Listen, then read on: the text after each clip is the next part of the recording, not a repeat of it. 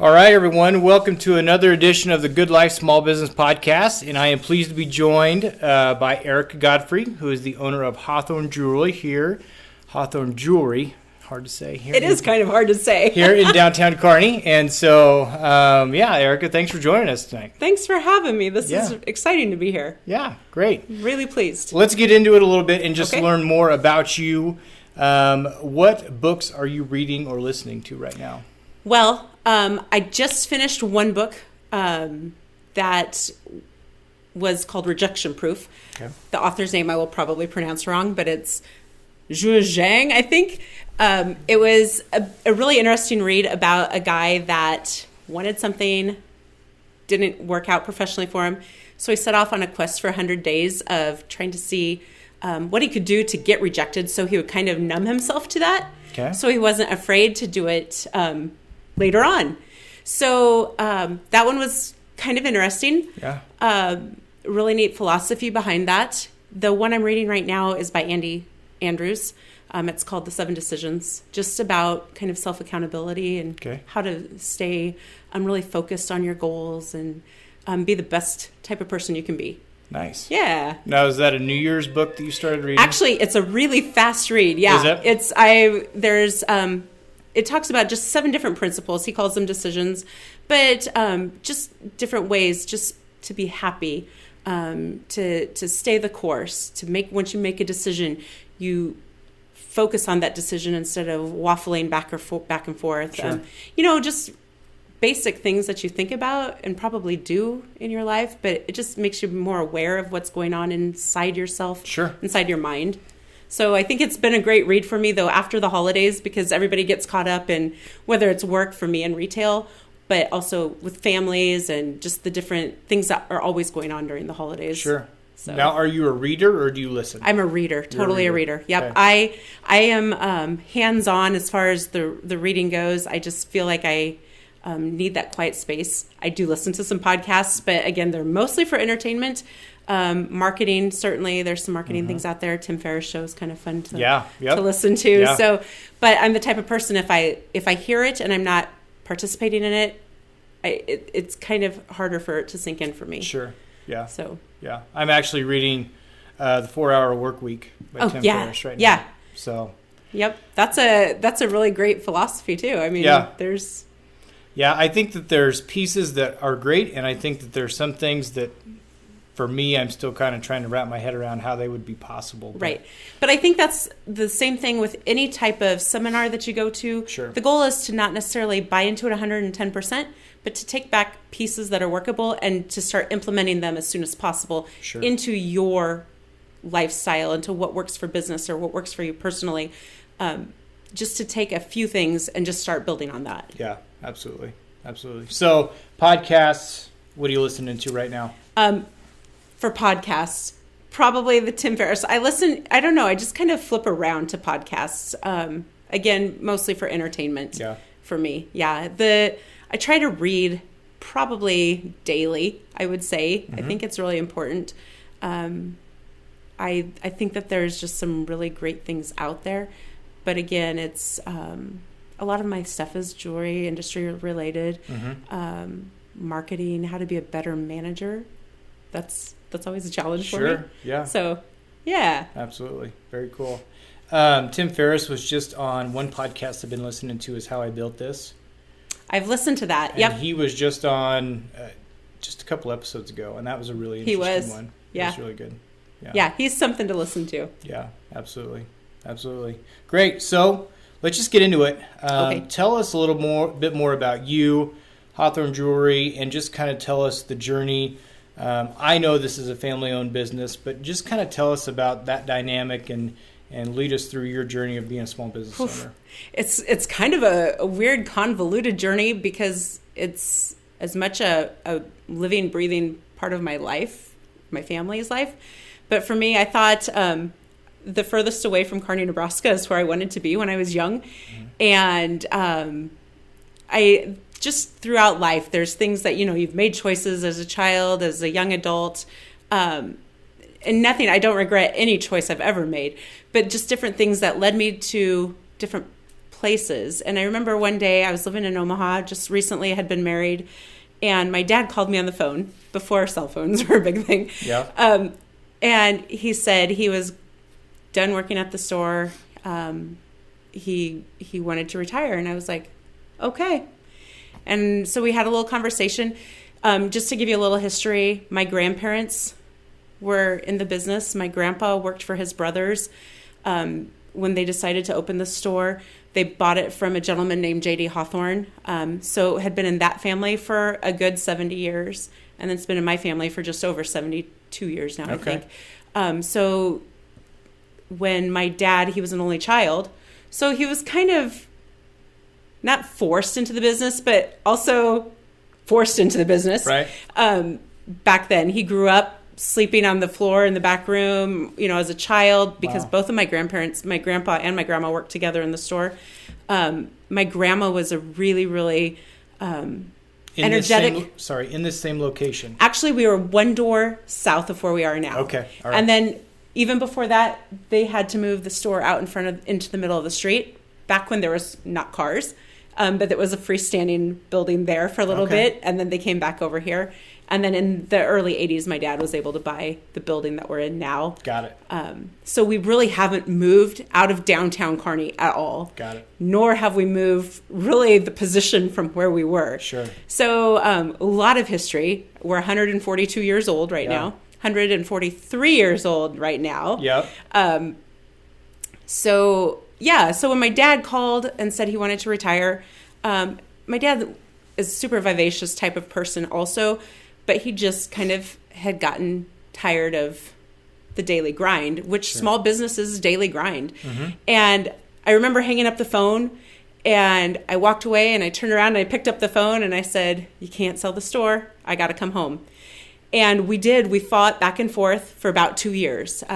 Certainly there's a lot of issues about being a small business owner that, as a parent now, that I understand that I'm on his side of the fence now, I would also caution my children. Sure. But on the other hand, there's so much reward that I tell everybody I am not employable anywhere else, I'm afraid.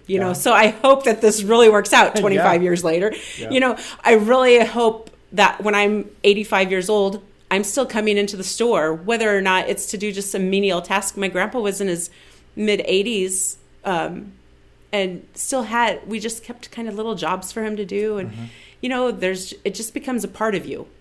So, I went to school for French and international finance. I was going to go to a grad school in Arizona. Thought I'd live overseas. Pretty sure I'm supposed to be somewhere on the Mediterranean. If I could take all of Kearney, Nebraska with me, I would do that. But, so I was in banking for a while, and that's what I thought I wanted to do. Mm-hmm.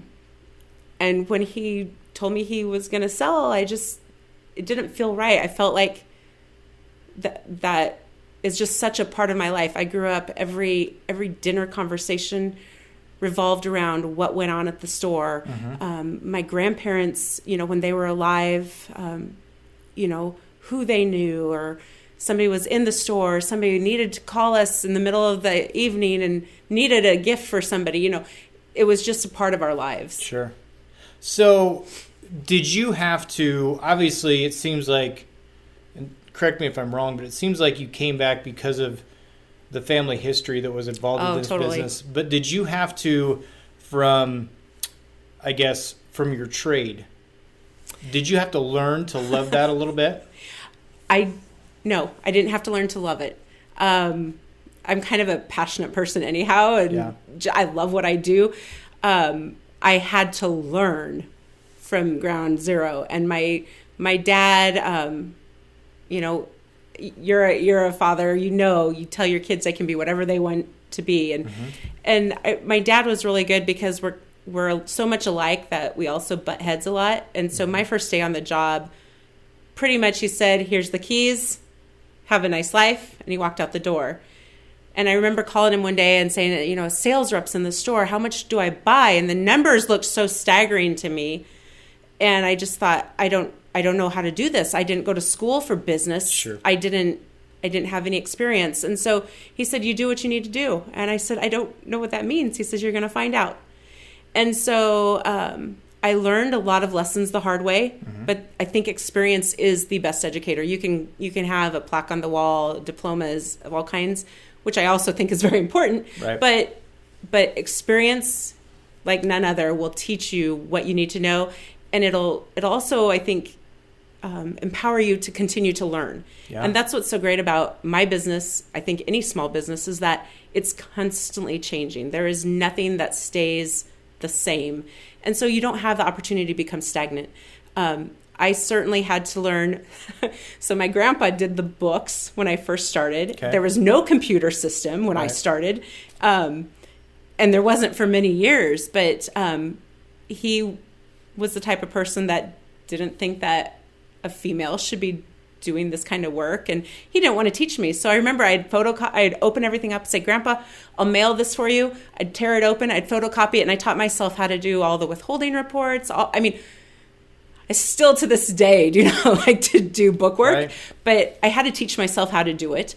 Made some mistakes along the way, and but again, we never had the opportunity to be stagnant, and there's always room for growth. Sure. Whether you're seeing a number not change as fast as you want it to change, or if you're not innovative in a particular part of industry or your business that you want to be innovating in, there's the opportunity there. It's just finding the time sometimes to do it. So, sure. So once I kind of had that on my belt, then I went on and did my Gemological Institute studies and got my gemologist degree and things like that were more jewelry related. Got it. So. And how old were you when you came back to run the business? Oh my gosh. 24 maybe? Wow. Yeah. I know, I was just a baby when I think about it, and I was so green. I mean, I have so many stories of things that I had no idea. Yeah. And I was quiet and timid and just strictly business. And, again, that's experience teaches you so much. Sure. It teaches you to learn to love what you do. Yeah.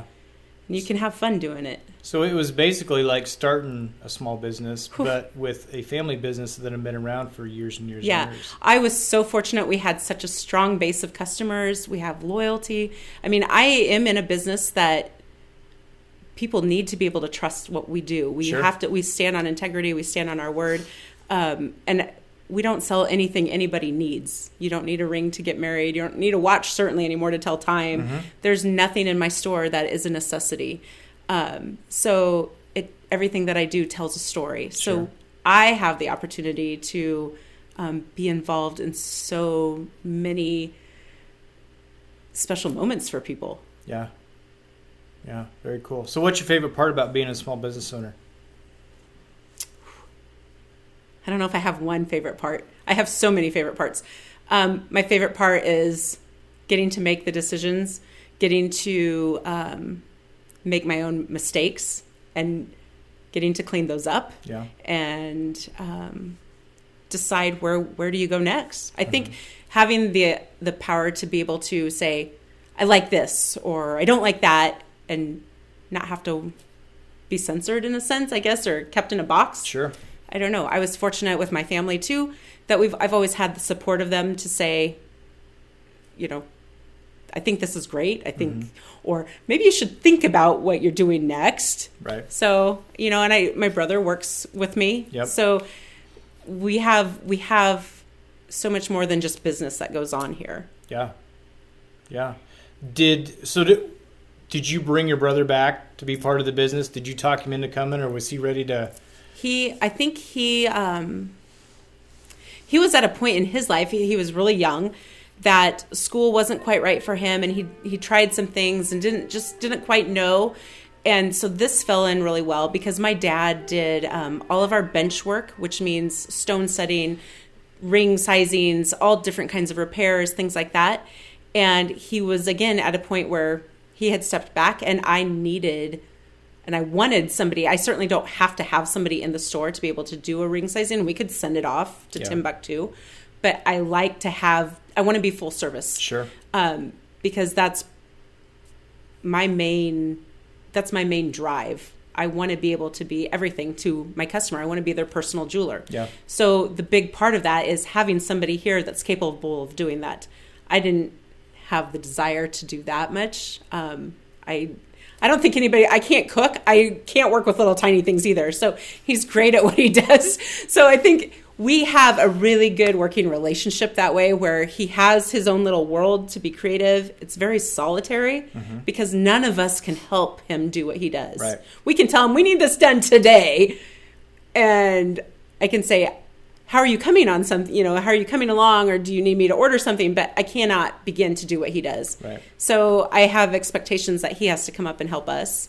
So he's pulled in a number of ways. But his main job is essential to our business. Got it. Yeah. Got it. Very cool. So you may have not had any idea what you were getting into. That leads me to my next question. But is this what you thought it would be when you moved back? And so much more. Yeah. No, I had no idea. I don't think I even gave it I don't think I gave it a second thought. I had no expectations going in, as far as, what if this doesn't work? What if I don't have money for this? What if when I came in, I took a very low pay, just because I didn't know how to balance the dollars that were coming in and going out so quickly. And it was really scary for me. I had no expectations whatsoever. I didn't know anything except that I didn't want the doors to close. Sure. And that to me was, and I still don't want the doors to close. Right. I think I don't mind getting up on a Saturday morning and having to come in. Sometimes I wish I could have a Saturday off, and I do, but then I think, geez, what am I going to do? I got to go to work. Yeah. I don't know. Yeah. So I'm trying to think about how I want to phrase this question. It seems like someone that is good at a certain trade, they go out on their own. I'm an insurance agent, so I can write insurance policies. Or if there's someone that is working for someone and they do flooring or drywall, or they, whatever the business is, they go out and in that trade, they're really good at that trade, and they don't realize that you have to kind of separate yourself from that at times and be a small business owner.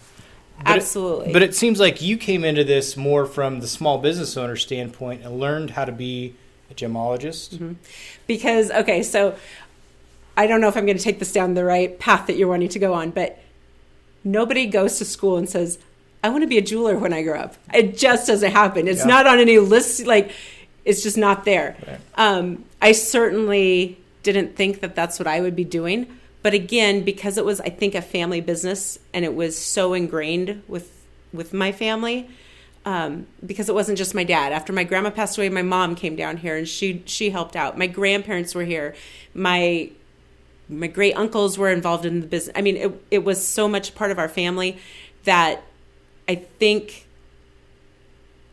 to me, a diamond or a ruby or an opal, there was a story behind it. And I don't feel like it was just stuff. Yeah.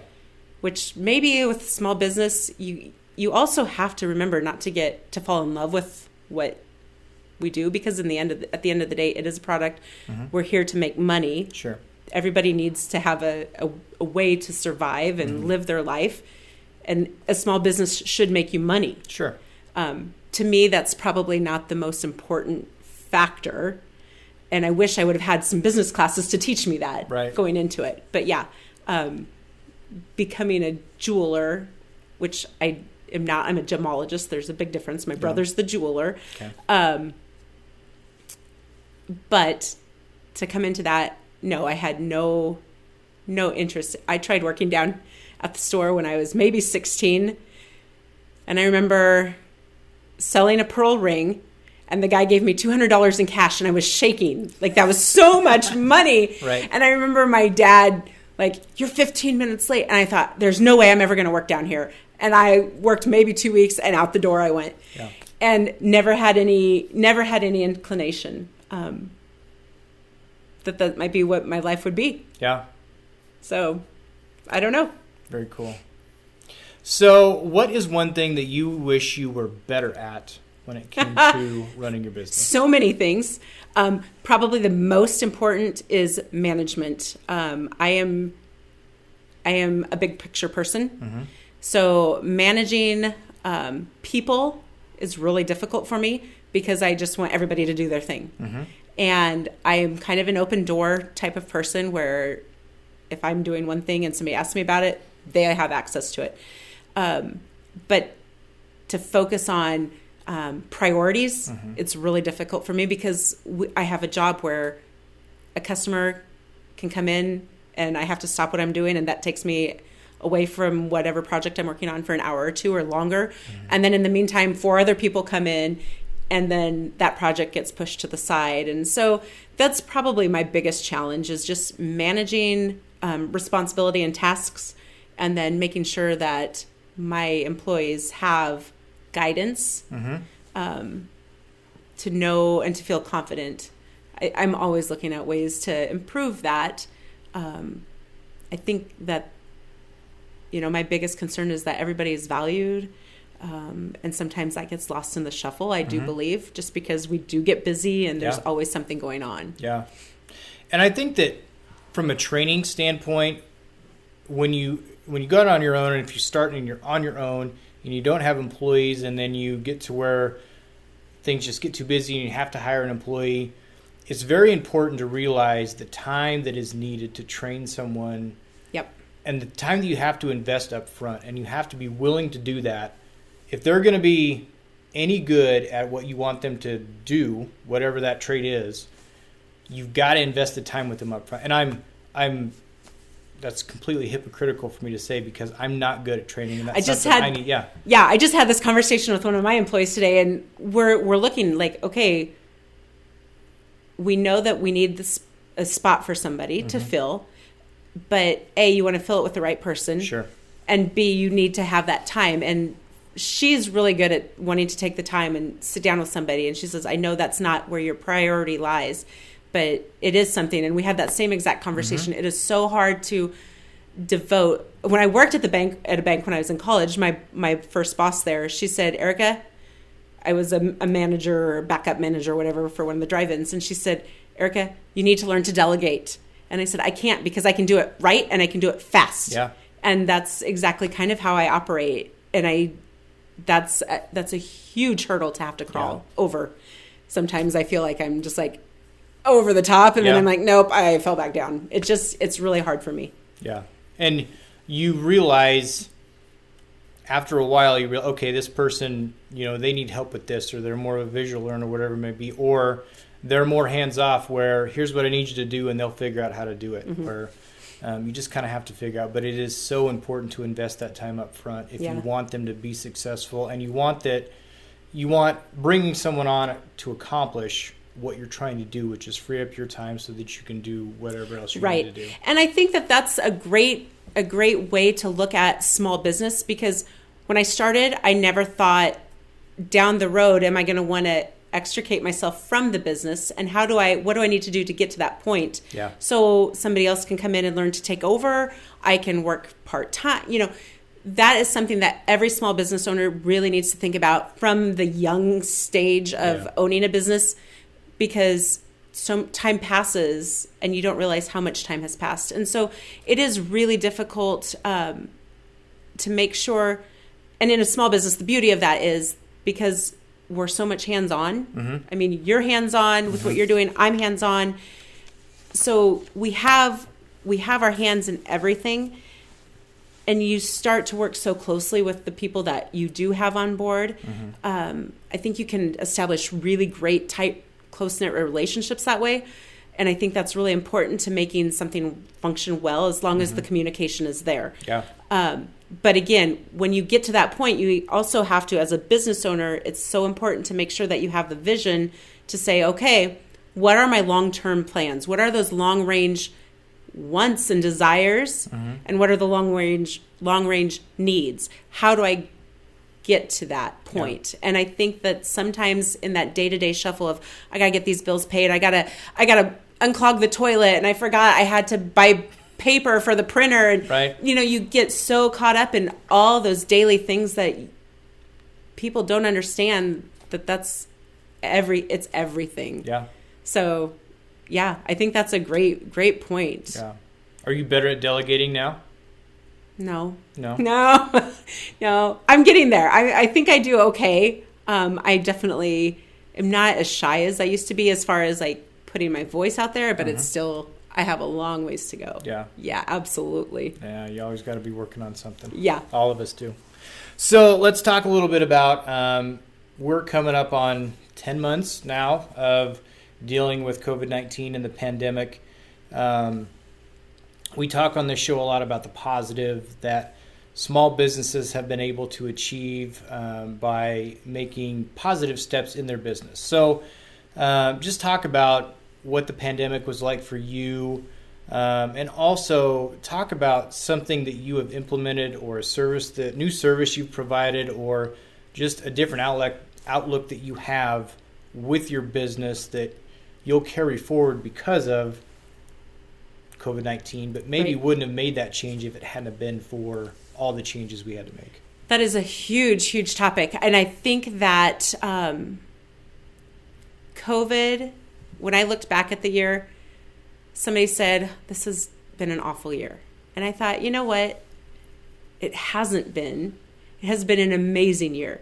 Knock on wood, I have been healthy. My family has been healthy. Sure. My friends have been healthy. That being said, I know that that's not the case with so many people. Right.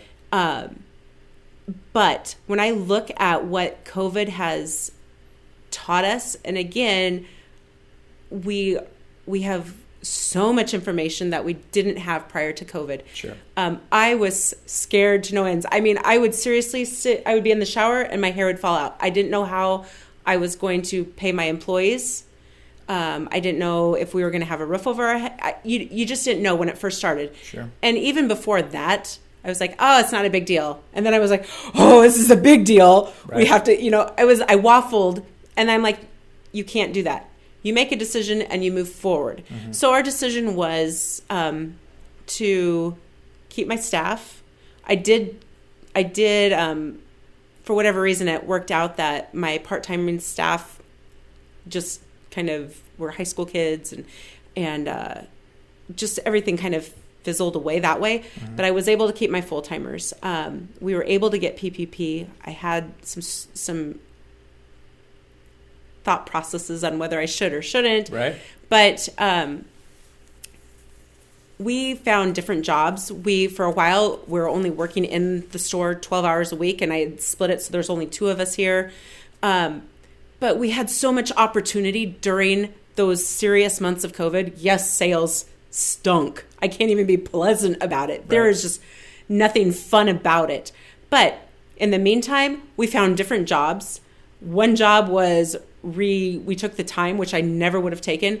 We pulled down wallpaper. We put in different desks and computer systems. So something that I thought was going to be a really simple task that was going to maybe be 5,000 morphed into like 30. Yeah. So, but it was all worth it. The PPP kept us stable where I didn't have to worry about my employees so much. Because as a business owner, you don't worry just about yourself. Yeah. You don't worry just about your business. You worry about, gosh, do I close those doors? If I close my doors, are people going to remember that I'm even here when I open again? What do? Do you stop advertising? Do you just stop business? You can't. Mm-hmm. So much has changed. One of the things that we did that we're still doing because COVID opened up these doors for us is that we do Zoom meetings with customers.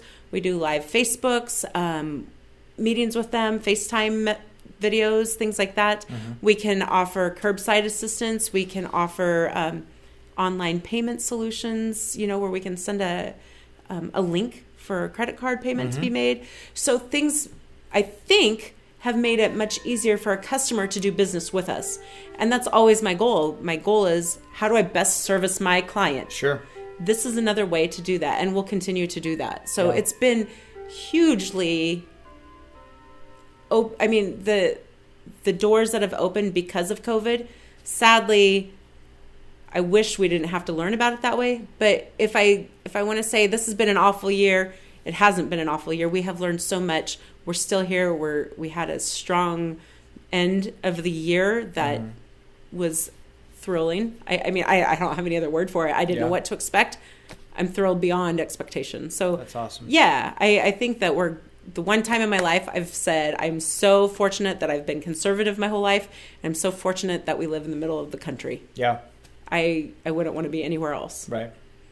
And I think it's important to, for anyone who's starting a small business, at the beginning, a lot of times you are just scrapping to make whatever kind of money you can, and you are just doing whatever you can to keep the lights on and the bills paid with whatever money you got in the bank account. But it's important to be able to, and even before you open the doors, to have money set aside, because nobody saw this coming. Right. Nobody saw, businesses being shut down and things like that. So it's important to have that rainy day fund for things that you think will never happen, because they can happen. Yeah, I would agree with you. Small business is not for the faint of heart. Small business, we don't do small business. Anyhow, I don't. And a number of people that I know that I'm close friends with also are not in small business because they're going to make a killing. Right. I mean, there are all different things that drive people. And bringing home a big paycheck might be a driving force for a lot of people. For me, that's not the case. I like a lot of things, but I also like having the ability to express myself and not have to worry about sending a memo to somebody or, making sure that I have approved time off. I mean, I have to approve that time off mentally and make sure that it works, but I'm the one in charge. And I think that just by having that rainy day fund, I remember days where I'd have to call my dad up and ask for money. I got to pay the electric bill. How do I do this? And, I was fortunate in that instance. I came into a business that was strong, and that, again, I had support of the person behind me. Not just that it was a family member, but I had a resource to go to. I had a resource within my industry. The one thing that I think with any industry is so important is having those resources, mentors that can help you and guide you and say, this is what works for me, because we're all here to be better at the end of the day. And competition makes us all stronger, but competition is also where you find your best resource, I think, absolutely. too. Yeah, absolutely. So if you could go back to Omaha that day, you talked to your dad on the phone and called him back and said that you were coming to Kearney. If you could go back to that moment, what piece of advice would you give yourself in that moment? Or would you just let things go as they have when you moved back here to Kearney? I'd like to say, ideally, I would like to say, get here faster. Don't waste those 2 years. But on the other hand, there's two things. I wish he would have, because I know he would have stayed in the business longer for me. I wish I would have gone and worked at a different jewelry store to get some information that way, to understand how another business operates. And I also wish I would have made a master plan of so many things. But the master plan can change. It can morph into something different. But again, short term, midterm, long term, and way out there is so important. I love that I got to learn by experience. I'm glad that I had my dad to call on and say, this is what worked for me. Why aren't you doing this? Or this is great that you're doing this. Have you considered adding XYZ? Sure. Because not only was he my boss, in a sense, he was also my dad. Yeah. That's pretty cool. Yeah. So I would I have changed much? Nope, I probably wouldn't have. Yeah. I might have said go on vacation once before you come to work too. Right. Yeah.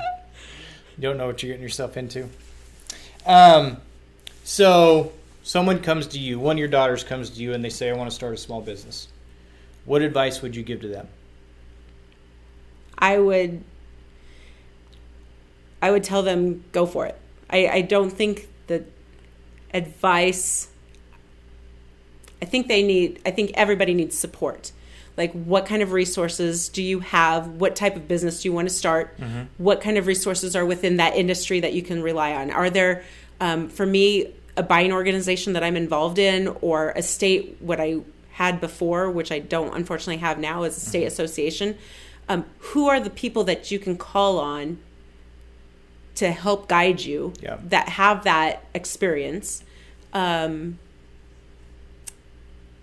yeah, I just say run with it. If you've got a dream, follow it. If you have a desire and the passion, because you have to have that, you have to get up every day and say, I love what I do. Mm-hmm. And if I don't love what I do, why am I not? Find a reason to get up. And I think that if they want to start a small business, I say go for it. Let's figure it out. Let's see where you need to go. I think everybody's capable of doing that. Yeah, absolutely. There's so much that, getting started is hard, but you eventually just have to decide that you're going to do it. And once you do make that decision to do it, you have to realize that there's going to be hard days, and you have to find the motivation and even some days the love of what you're doing to go in to work or go to the job site or whatever you're doing that's going to make it, that's going to keep it where you can sustain it, keep going, because not every day is great. Nope, not every day is great, nor should it be. No. I mean, if it was great, how boring would we be? Right. I mean, it would just be, why? Yeah. So the book that I'm reading right now, the chapter that I'm on is the last chapter. It talks about perseverance. Once you set your goal and once you have your focus, you have to answer, what does the word success mean to you? Yeah. I think that's a really important question to ask yourself. Mm-hmm. What is the most important decision you've ever made in your life? What's the worst decision you've ever made in your life? And how do those affect your choices that you make now? But one of my favorite quotes is, once I make a decision, I never look back. Yep. I never go back. You always have to step forward. And so persevering without somebody saying, oh, you've tried it, it's not working for you, stop what you're doing. It's okay, you tried hard enough. Right. There is no such thing. And in my vocabulary, I always say the word try doesn't exist. You either do it or you don't. Mm-hmm. And as long as you're doing it, even if it changes forms, but if you give it all you've got, you can't do anything but succeed. Yeah. Might not be the path that you thought you were going to go down, but that's the beauty of age in my case. I can look back and say, okay, I see how all of these life choices actually led me to where my passion is. Sure. And I think that's the most important thing. I didn't know. I remember sitting in an advisor's office when I was 18 years old. What do you want to do? I don't know. I don't think you have to know. No. And I think that's the beauty of it. As long as you have a desire to move, to learn, to absorb what's around you. And I think you have to have, certainly for a small business, you have to have a desire to motivate the people around you. Sure. Whether it's a person on the street, whether it's somebody you're working next to, whether it's a family member, you have to also have that empathy and the desire to help them succeed. And I think that's what makes everybody stronger at the end of the day. Absolutely. Great advice. So how can we find out more about Hawthorne Jewelry? Well, there's a number of ways. My preferred way is that you come and talk to me, just because that's the way I am. But you can find us on our website, www.hawthornejewelry.com. Okay. Facebook, you can message us. If you text our store number, it comes straight to my cell phone. So that's a great way to get in touch with us. And then we're open 6 days a week right now. So awesome. Yeah. And if someone wants to do a Zoom meeting, how could they get a hold of you to kind of get that set up? Yeah. So again, it's just the basic. If you're not comfortable right now coming into the store, a phone call works, an email works. It doesn't matter, but we can sure send a link for the Zoom. Some people don't want to use Zoom. We've used Skype. Okay. I've used Google Meets, I think is what it's called. Yeah. Facebook, FaceTime. We've done that. I've used WhatsApp video. Okay. We can do anything. We'll make it easy. That's our job, is to figure it out for you. Got it. Awesome. Yeah. Erika, thanks so much. Thank you. Awesome. I really appreciate it. Yeah.